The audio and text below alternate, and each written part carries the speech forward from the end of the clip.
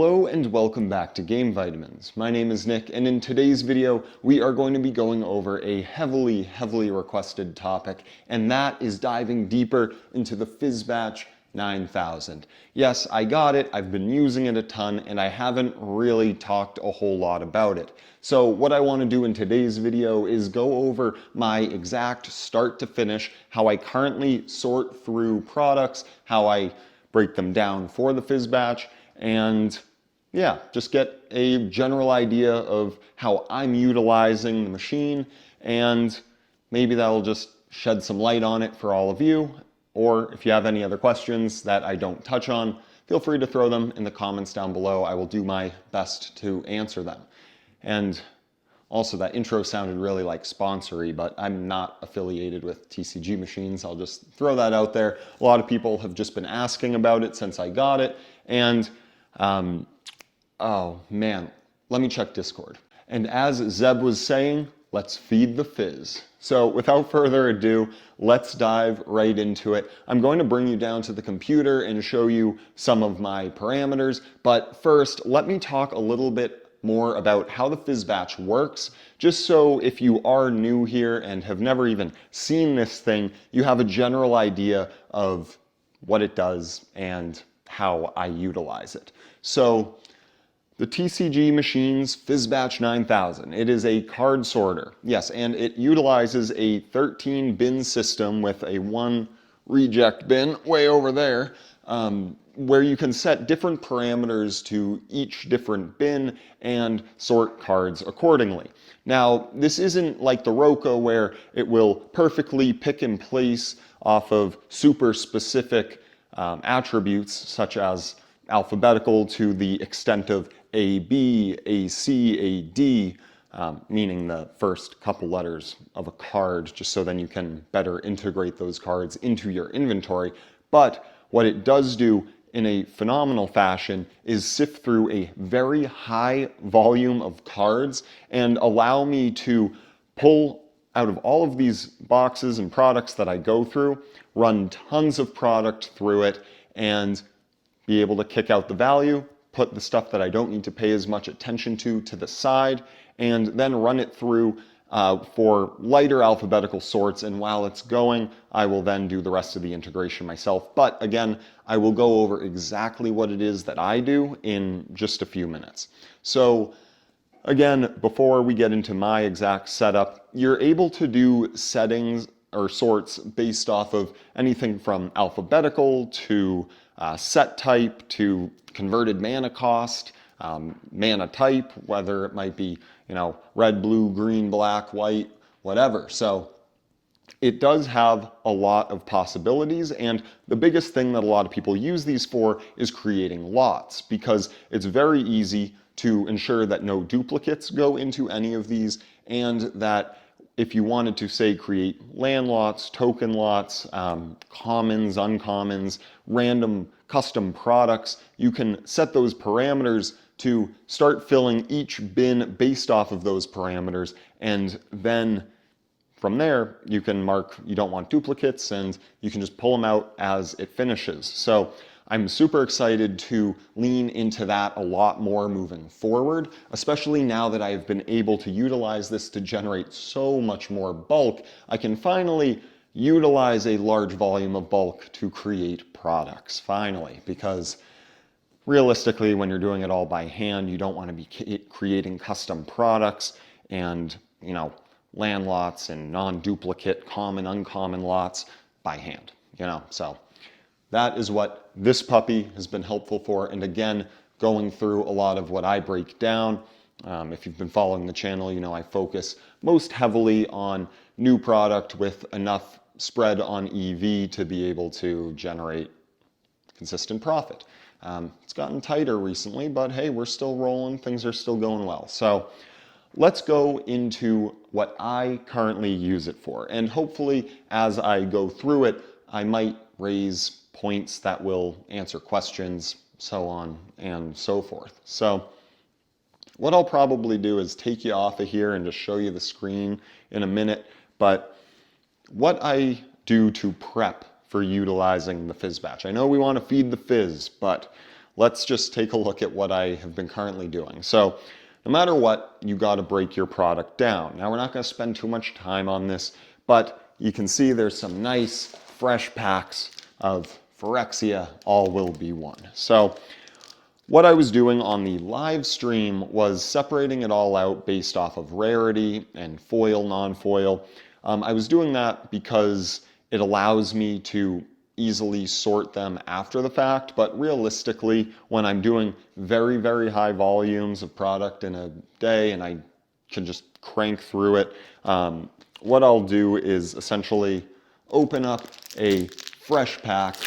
Okay, look at that. We're ripping and shipping. Who bought in on this one? Who's getting the planes?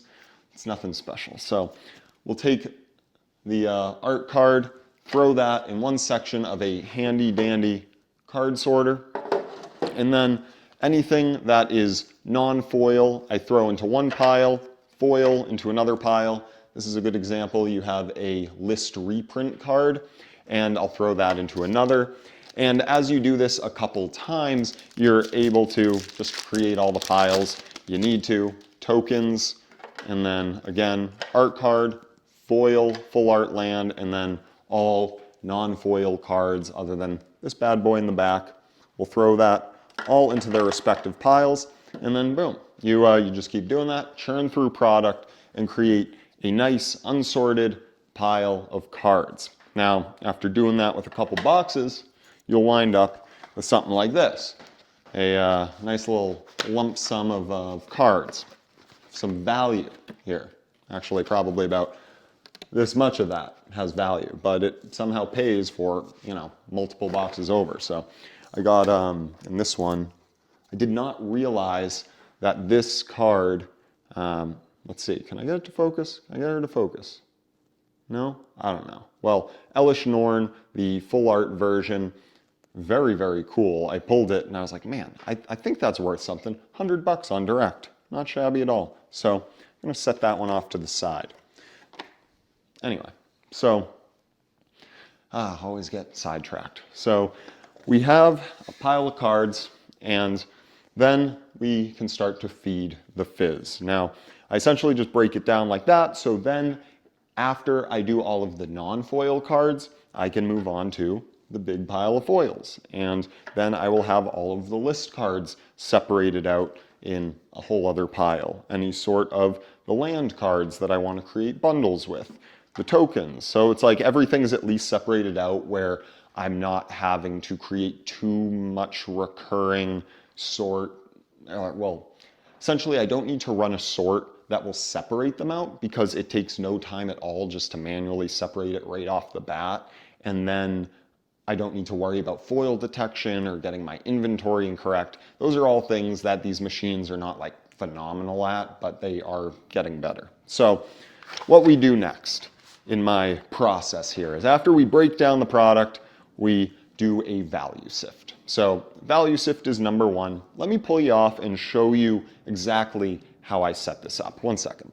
Okay, here we are down at the computer. You can see that we have different parameters for the specific sort, and here we're going off of value. So essentially, I just set all of the high value cards off to the side. With the store coming up, I want to make sure that I can absolutely stack the cases, but everything 10 cents and up is essentially what I operate with in terms of direct, and then anything below 10 cents will get set off to the side as bulk. So then what we do is we grab at these cards. Let's see if I can do this with one hand. Try to do a nice little, little rotation. We're doing a true act of agility here. Oh, geez. Oh, I have these backwards. I had them right at first. Okay, one second. Okay, here we go. We got a big old block. The weight. Dang it. Okay, we're not there yet. One second. This weight here applies pressure to the cards, which will push down on them and allow it to feed them through the machine. So let me reorient my grab here. Okay, we're back again. After cleaning the wheels and removing the weight, we slide the cards into the hopper, and just for a small sample size, we won't put too many in. I want to ensure that you guys get the full picture of how this works without me sitting here for too long. So, got to actually put, okay, wait 1 second, sorry, we're not really tracking my hand well here. So, here are some of the cards into the hopper. That was probably terrible filming, but I will now put the weight on top. And once we start this up, which I will do in just a moment, I'll first bring you over here where you can see that we are doing a value sift. We are going to be using market price. This is, since it's just a value sift, I don't actually care too much about pricing, but I do still like to make sure that in case there's anything mixed into the set that is not supposed to be Phyrexia, it will get kicked out. So we'll do commander, all will be 1 since it was being opened up. It shouldn't really matter, but then we'll go to non-foil because that still assigns foiling for some reason, even when it's off, and near mint on all the cards. We hit run, and let's see if the audio gets a little wonky here. You might hear it in the background, but we have it feeding on down. Oh, there we are. Whew. Okay, well, so you can now hear it going, and you can follow cards coming down the conveyor and into their respective bins based off of the value sift. So this is it at work. This is essentially my first sift that I do on pretty much every single set.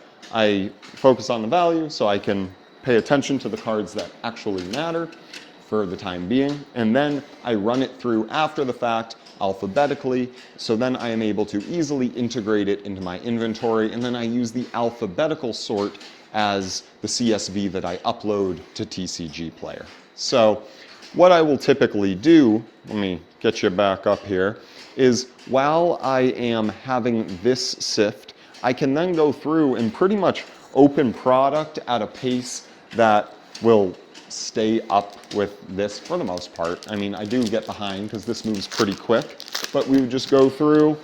If I'm really doing like a pure pack breakdown kind of day, then I'll just go through the cards. Oh, I don't know, thought maybe we got something good there. And then just do nice little pile up, and then here we would have, by the end, by the time this gets a little low, I would try to continuously feed cards through and keep sifting through product. So I try to do my whole value sift as much as I can in one go, and then go back and run it all through again for the alphabetical. So that's currently the main 2 sorts that I'm using. This has so many capabilities, but I think with most people that you talk to, you'll find that these are the 2 most important sorts, clearly, because you're wanting to be able to find what is worth selling and then how you can integrate it into your inventory. So beyond its capabilities of doing custom lots and all of the fun stuff, which is very, very cool, this is by far the most runtime that it gets. And if you were to, say, be running through more sets that are not just straight out of the Phyrexia box, then you can also go by set sort. And what it will do is once it identifies all of one set and it utilizes all of the bins, it will then start stacking another set into the first bin, and then so on and so forth. So it'll sort of group sets, and then you could run those piles through again to then narrow it down further. But that's the only thing. The limitation of the 13 bins makes you have to get a little bit crafty with how you go about crafting your sorts sometimes.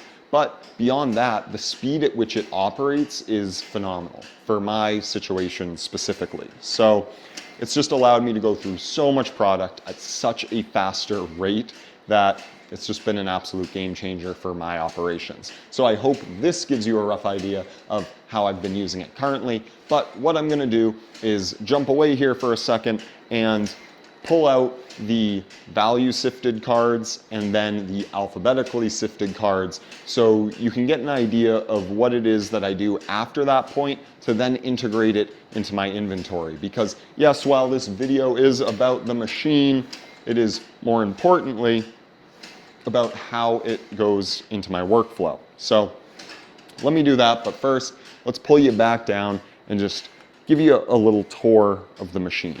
Again, you saw where I put the cards in, but let's just take a quicker look. So again, you have the weight on top of the cards feeding to 2 feeder wheels, which you can see pulling cards in to what is the scanner. This will identify the cards, the set, the information, and then pass it along to the conveyor belt, which then you can see just pumps them out at a very quick rate.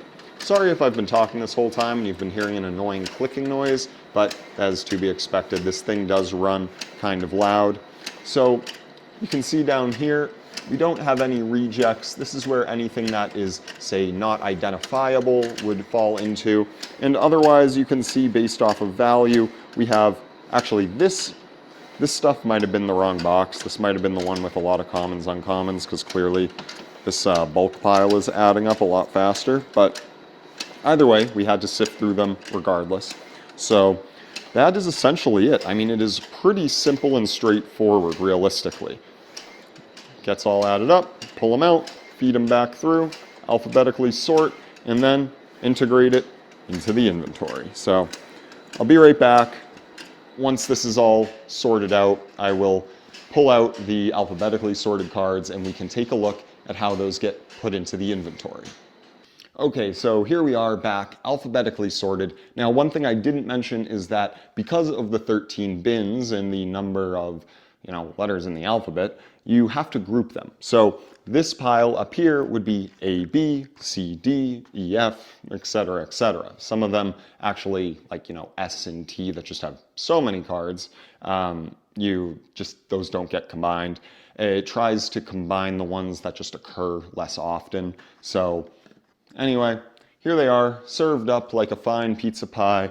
We have our A's, B's thrown right here. So now what I will do from this point is consider this essentially backlog for inventory integration. So once I go through as much as I can to have it alphabetically sorted, it will create a CSV for me that I can then upload to TCGPlayer.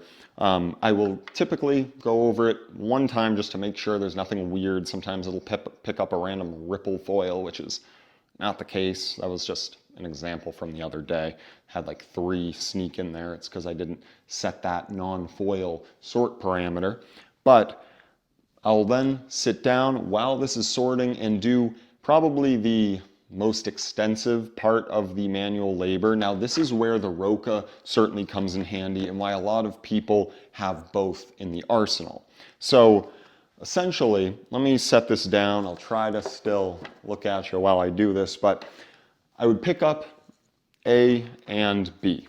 So imagine I had 2 different trays. We'd have what needs to be sorted through and then just A's and B's before I integrate them into the inventory. So I'd go through and quickly organize them in the tray by the art, because that's the easiest way to do it, is just a quick eye for the art. The thing that helps actually is with value sorting, it will group a lot of the cards together, so it even makes it easier before you run them through again. If all the expensive ones are at the bottom, those will be the first layer, followed by mid-tier and then lower value cards all sort of clumped at the end.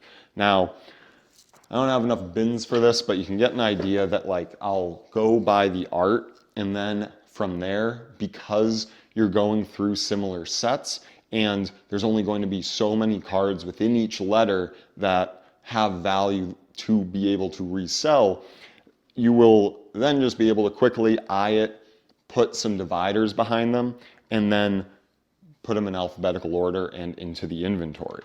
Now, if it's a set that I haven't really messed around with before, then that'll be way easier. I'm able to just essentially do it all right here, pop them in. If it's a set that I have a lot of already, then I'll go over to my inventory and insert them alphabetically. But the reason I try to do, it should be obvious, but the reason I try to do as much of this at once as possible is just so I don't have to keep going back and alphabetically sorting and integrating cards. So typically in one day, I'll just go through dozens of cases or boxes and run everything through, alphabetically sort it all, and then start the integration process. So that is currently my process. Clearly, you could automate the alphabetical sort a little bit better. You can actually select the first, second letter of cards, but I find that for the volume, it's actually more efficient for me to utilize this to be sifting through bulk for value while I just do a little bit of the manual labor on that end. Clearly, it has not been eliminated completely, but the amount of time that I actually spend going through things has changed dramatically. So that is how I integrate from this standpoint after the alphabetical sort. I always like these Phyrexian lands. Don't you? I can never get this to focus. Well, I always thought those were neat. Those are valuable. Those are valuable cards. So that is what I do. That is how it works. Let me bring you down to the computer one more time. After the sort is completed, this is what it gives you for information. I figure I might as well show this. So from here, you can see all of your sorted cards. Let me cancel that. I'll save it after, but oh boy. Okay, so this is what it gives you for information after the sort. You can organize by the bins, whether or not, for example, with bin 2, you would be just seeing your B and A cards. So if you want to break it down even further, you can go by sets, you can go by type, you can go by color over here. Sorry if you're not looking at my mouse. Rarities, you can really break it down just to hone in on all of the, let's say we want just our mythic cards. Okay, there we go. So these are the mythic ones. But realistically, if you're going to be selling all of these, let's see what we got for some value over here. Okay.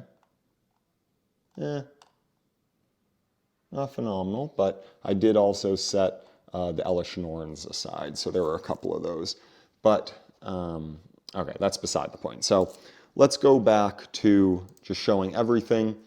These are all of the cards that got sorted, and then I would just go up, I would export them, and from there, I can just export to TCG Market. It will create the CSV, identical to what you get when you export from TCGPlayer. So that is essentially the main process. There's a lot of other functionality within the software, but some of it's like not really that necessary. It just sort of is nice to have, especially if you're doing like collection sorting or anything like that. That's where some of it just feels more useful. Like one of my buddies came by and sorted his collection with it, made it much easier, and he could really dial in exactly how he wanted that organized. But in terms of the inventory, set alphabetical.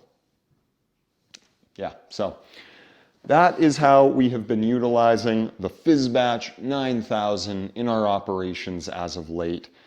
I hope it gives you a rough idea. No, this wasn't super fancy. It's not groundbreaking. It doesn't like change the game completely. No, it just speeds up what you need to do anyway. So that is the main purpose.